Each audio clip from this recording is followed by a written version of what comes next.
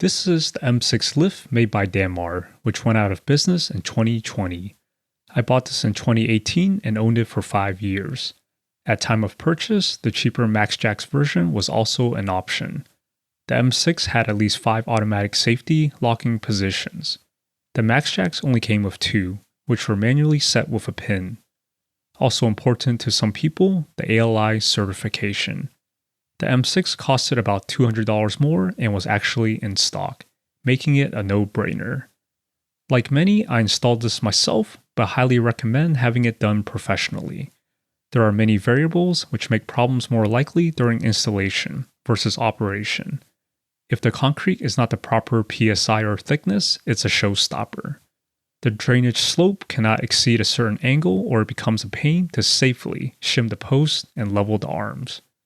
Lifting multiple vehicles means drilling multiple sets of holes for the post to accommodate different car sizes. I consider drilling concrete the worst part of installation. Even with a SDS, drilling perfectly straight holes is not easy. Most cheap drills don't have an anti-rotation system. If you hit rebar, the bit binds while the drill keeps spinning until it smacks right into you. A subsequent pain point for many people were the wedge anchors. Going through all the possible problems will take the entire video, but most involve the anchors not setting correctly. Fortunately, I did not have any issues but read about them ahead of time. I ordered the alternative epoxy anchors with the lift but did not use them. If you never plan to remove the lift, a good first mod is ditching the cart and relocating the pump. Automatic transmission fluid works better in colder climates. One immediate problem I had was the pump hose leaking. Dannmar replaced it with no questions asked. Speaking of hoses, I had to obviously buy a longer one to reach the opposite post. It's actually recommended that both hoses are the same length, but I am short on space. I have never encountered uneven lifting unless there's air in the lines. The original flow divider does well with my setup. I don't use the lift very often, so I simply re-bleed the cylinders before every job.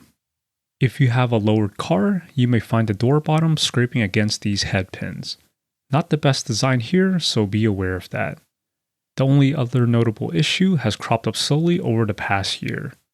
Whenever lifting, there is significant leaking at the quick disconnect at both posts. Leaks around this area are common because this entire fitting is made up of several joints, which is ridiculous. The older manual actually recommended Teflon tape, which is not considered best practice by many. I still have this bottle of high-pressure thread sealant, but can't remember if I actually used it. I replaced the quick disconnects with a flat-faced version, which is a common upgrade. I'm not going to discuss all the projects I have done using this lift. There are other videos on my channel showing that. It lifts my car up and back down safely, and I'm here to tell you about it. In retrospect, I bought this lift at a very good time. Shortly after, they changed to a textured matte paint. This caused some owners to experience carriage binding when attempting to lower a lifted vehicle. Worse, before that problem was resolved properly by Dannmar, the company folded during COVID and was bought out by BendPak. The warranties did not transfer over, which immediately screwed over anyone who recently bought the lift. On the current website, there is no historical documentation for the older Dannmar lifts. Either they hid it or erased all history of their existence.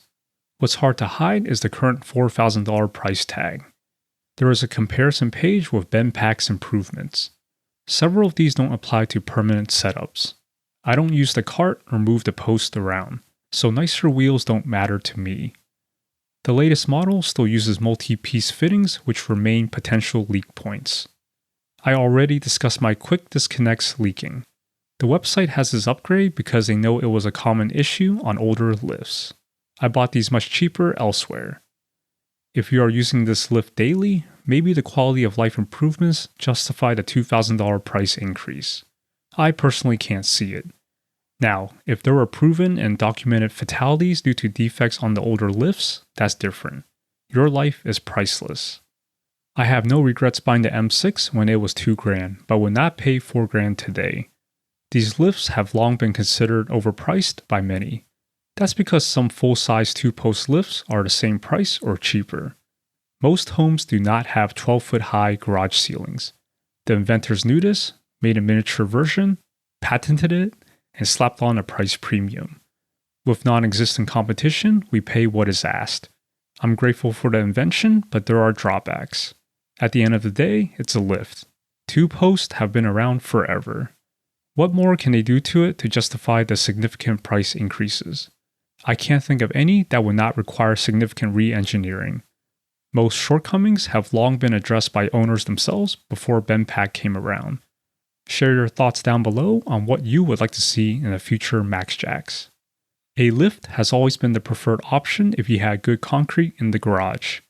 Nowadays, I consider BendPak's QuickJack a more realistic option for the average DIY person. It's also expensive for what it is, but the price has not increased as much as the MaxJax. The main drawback is side clearance, and it doesn't lift much higher than a good floor jack and stands. There are many other options and creative ways to lift cars higher, such as wood cribs. I made and used these to do my own wheel alignment. Determine the type of work you are doing because many jobs don't absolutely require a car to be 4 feet in the air. Think of the typical interval maintenance such as fluid changes, tire rotations, and brake work. Also consider this. I have friends that still remove entire engines and transmissions using floor jacks and jack stands. Many of my jobs are done with cars at the lowest locking height. Lifting a tire 2 feet instead of 4 is simply easier on my back. The lift is more of a luxury because you aren't working back against the ground and car right against your face.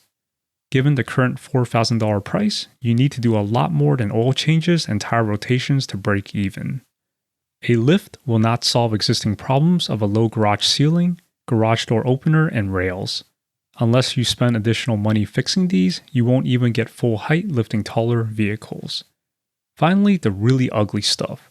Some homeowner insurance companies will throw a fit about the potential death trap in your garage. Depending on your city zoning, building codes, or a tyrant HOA, it may even be forbidden to install a lift in an attached garage. Worst of all, people finding out that you have a lift. I'm not talking about friends or family, but the people you barely know who are too cheap to pay for oil changes. Unless you like working on endless cars, I just notify people that they must accept leaving their car here if something goes wrong. It's not a lie. After all, I don't have every tool like a shop does for those bad day scenarios. Most people won't accept that. If you haven't noticed, I did not specify exact measurements or nitty-gritty details in this video. Memories of my initial install and usage over the years have become hazy. The lift has also evolved over time, so I wanted to minimize any outdated information.